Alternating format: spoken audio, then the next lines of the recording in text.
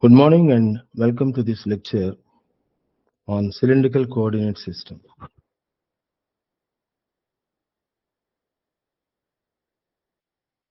In cylindrical coordinate system, a point is represented by giving the coordinates rho, phi and z.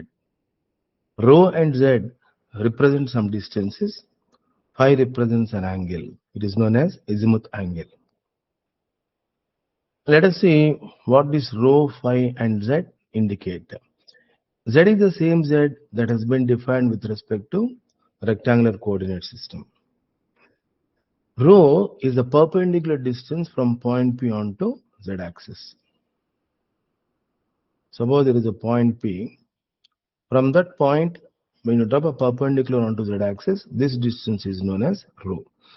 Otherwise, what we can do is, from point P, drop a perpendicular onto z is equal to 0 plane, the bottom plane.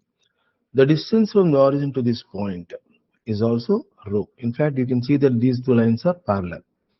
So basically, rho is the perpendicular distance from point P onto z-axis. Phi represents an angle.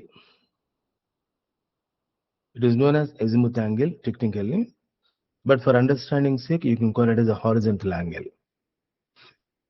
For measuring phi, we take xz plane as a reference plane. So this is x-axis and this is z-axis. So this is the xz plane. We say that along xz plane, phi is equal to 0. You can see that as it is, this phi is equal to 0 is not passing through point P. Point P is somewhere here. In order to make this xz plane to pass through point P, I need to rotate this. Now you can see that the plane is passing through point P. This angle is known as phi. So phi is the angle with which this xz plane has to be rotated so that it passes through point P. Now in the present position, this plane is known as phi is equal to phi1 constant. So if you look at the limits of phi, it is going to be 0 to 2 pi radians. 0 to 2 pi radians.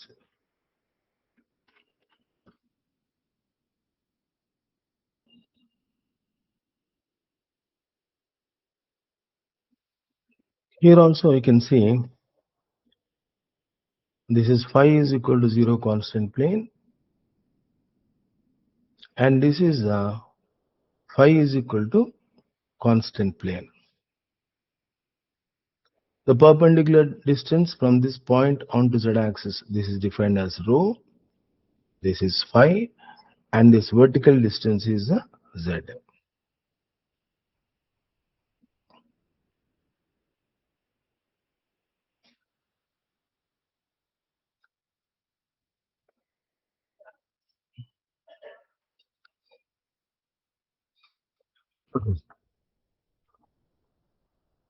Now, suppose if we keep z is equal to constant, rho is also constant.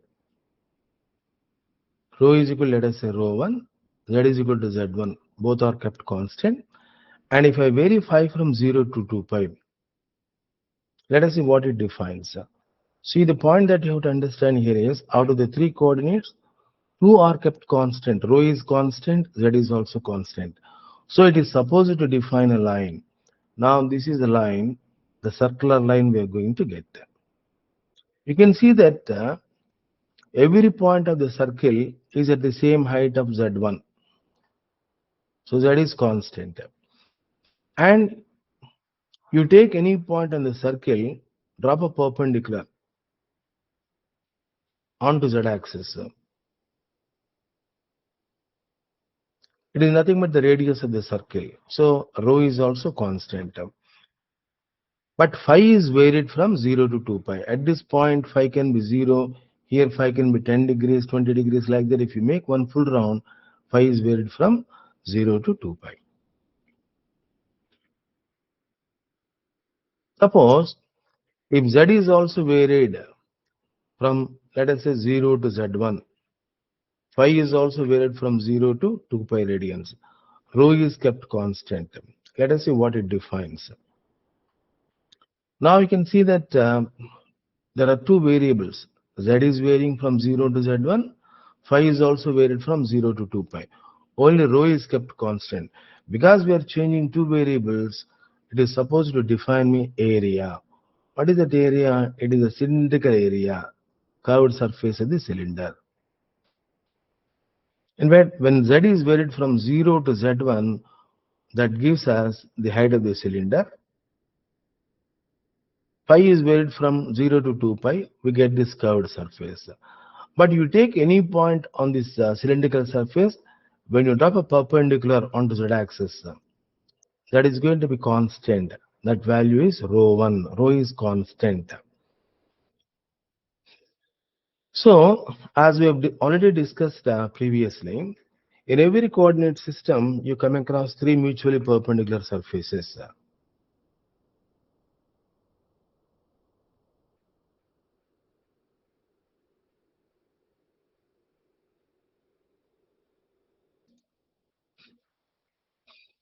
So here, rho is equal to constant gives me the curved surface of the cylinder. Phi is equal to constant gives me a plane surface. As we have already seen that here, this is phi is equal to 0 exact plane. When it is rotated by an angle of phi, now this is phi is equal to constant. Like that, phi is equal to basically constant represents a plane surface. Z is equal to constant defines a xy plane. Z is equal to constant defines a plane surface. So now, in the case of cylindrical coordinate system, the three mutually perpendicular surfaces are going to be rho is equal to constant, that is a curved surface of the cylinder. Phi is equal to constant, a plane surface. Z is equal to constant, another plane surface, xy plane surface. At any point of observation, these three are going to be mutually perpendicular to one another. But of course, it is somewhat difficult to visualize that these three surfaces are going to be mutually perpendicular to one another. For example, this is point P. The angle between this curved surface and this phi is equal to constant is 90 degrees. Similarly, the top surface is Z is equal to constant. The angle between that and phi is equal to constant is once again 90 degrees. Though of course it is somewhat difficult to visualize, but the fact is at any point of observation, all these three surfaces are going to be mutually perpendicular to one another. That is, rho is equal to constant, phi is equal to constant, and Z is equal to constant.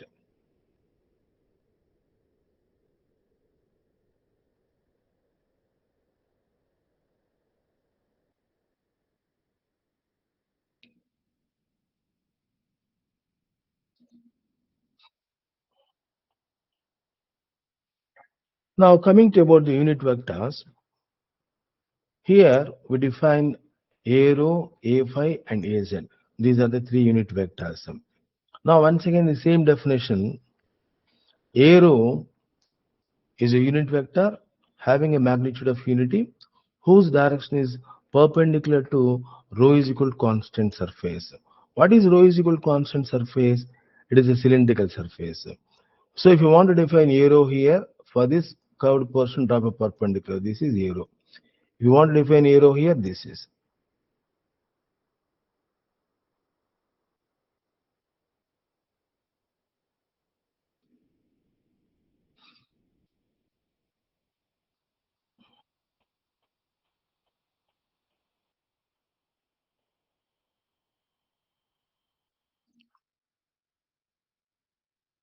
See, the other way of looking at the direction of A rho is, if you simply extend the line of rho, that gives the direction of A rho. In this case, this is A rho.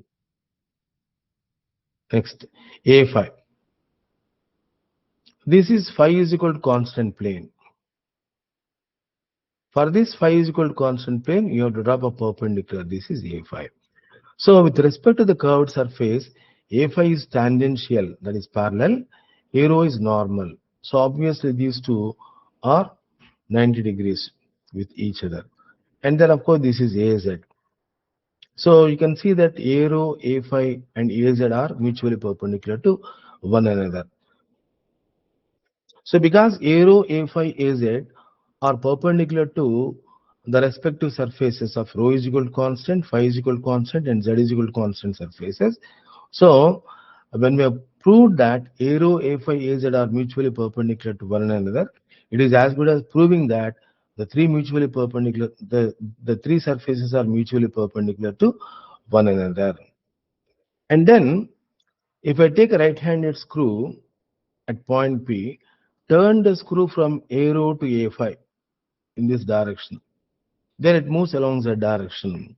Something like turn the screw from AX to AY. Then the screw progresses along that direction. A cross AY is equal to AZ. So on the same lines, turning the screw from A rho to A phi, the screw progresses along that direction. So I can write A rho cross A phi is equal to AZ. Like that, A phi cross AZ is equal to A rho, AZ cross A rho is equal to A phi. Okay. So once again, the easy way of remembering these equations is rho phi z rho phi. A rho cross A phi is equal to AZ, A phi cross AZ is equal to A rho. In the forward direction, you get the positive values. So whatever discussion that we have made with respect to the rectangular coordinate system, the same discussion is equally valid for this cylindrical coordinate system. Similarly, A rho dot A rho, A phi dot A phi, AZ dot AZ is 1, and A rho dot A phi, the angle between these two is 90 degrees, so cos 90 is 0. A phi dot AZ is 0, AZ dot A rho is equal to 0. Okay, next. Now the expressions for differential length, differential area, and differential volume.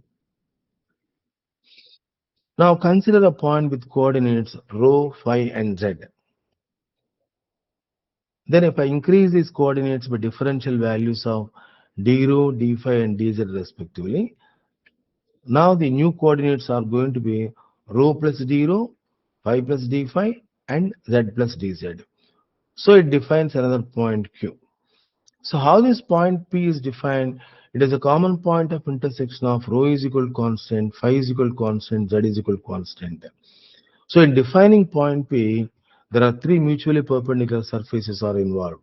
In defining Q, another three mutually perpendicular surfaces are involved. So once again, all these six surfaces represent a rectangular box, not exactly a rectangular box. It is a wedge-shaped rectangular box because this side is going to be slightly curved. Nevertheless, the dimensions of this rectangular box are going to be d rho, rho d phi, and this is dz. So in place of dx, dy, dz, we have got d rho, rho d phi, dz. In place of the unit vectors ax, ay, az, we have got a rho, a phi, and az. So the general expression for dl is equal to d rho, a rho plus rho d phi, a phi plus dz, az. Then when you define area, we need to vary two coordinates at a time. So d rho into dz, we are varying both rho and z, keeping phi constant. D rho dz a phi plus rho d phi dz a rho, both phi and z are varied, keeping rho constant. Rho d phi d rho into az, both rho and phi are varied, keeping z constant. And of course, when it comes to the volume, all the three have to be varied. Rho into d rho d phi dz. This is the volume. Now let us see how we can make use of these equations. For example, I have a circular line which has a radius of r. What is the circumference of this circle, or what is the total length of this? It is 2 pi r. Now let us see how we can obtain this information using this expressions. See, the basic quantity that we are trying to find out is the length. The total length is 2 pi r, circumference is 2 pi r. So I have to make use of this equation. In that there are three terms. So how to pick up the appropriate term? We know that for obtaining any line, we just have to vary one coordinate. In obtaining the circular line, we don't have to change the value of z. The entire circle can be at the same height of z. So z is constant means dz is 0. So this term won't be there. Next. You take any point of the circle. From that point, when you drop a perpendicular onto the z-axis, that is nothing but the radius r. So radius r is nothing but the value of rho, which is constant. In this case, rho is nothing but r. So rho is also constant. So d rho is 0. So what is left over? dl is equal to rho d phi a phi. In this case, what is rho? R. So it is r d phi a phi. And because we just want only the magnitude of dl is equal to r d phi. How do you obtain the entire circle? Phi limits need to be varied from 0 to 2 pi.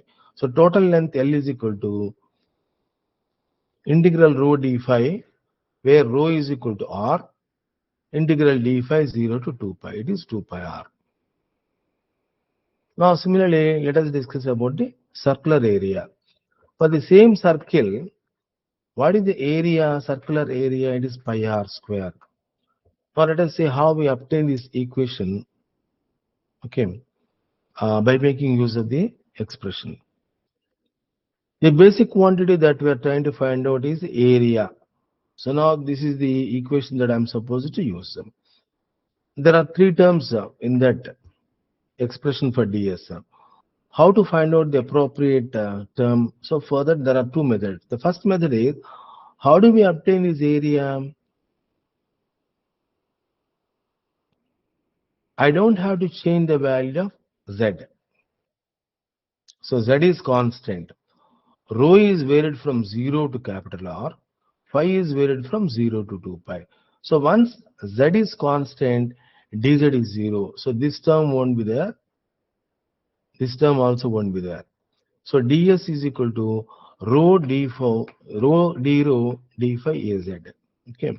So magnitude of ds is equal to rho d phi into d rho. So this is magnitude of ds is equal to rho d phi. What is the total surface area? Integral rho d rho varies from 0 to r.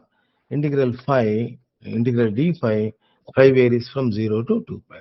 So that gives you pi r square.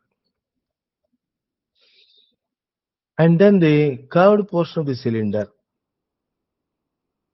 So we are talking about this curved portion of the cylinder. So this portion. What is constant along the curved surface? Rho is constant. So that you substitute. When rho is constant, d rho is 0. The first term is 0. The last term, d rho, it is also 0. So what is left over? ds is equal to rho d phi dz into a rho. Rho d phi dz a rho. What is its magnitude? Rho d phi dz. How do you get the total area? Rho is constant whose value is r. Phi should vary from 0 to 2 pi. Z varies from, let us say, 0 to z1. That gives us height of the cylinder. So we get this as 2 pi r into z1. So this is about the cylindrical coordinate system. In the next class, we are going to discuss about the circular coordinate system.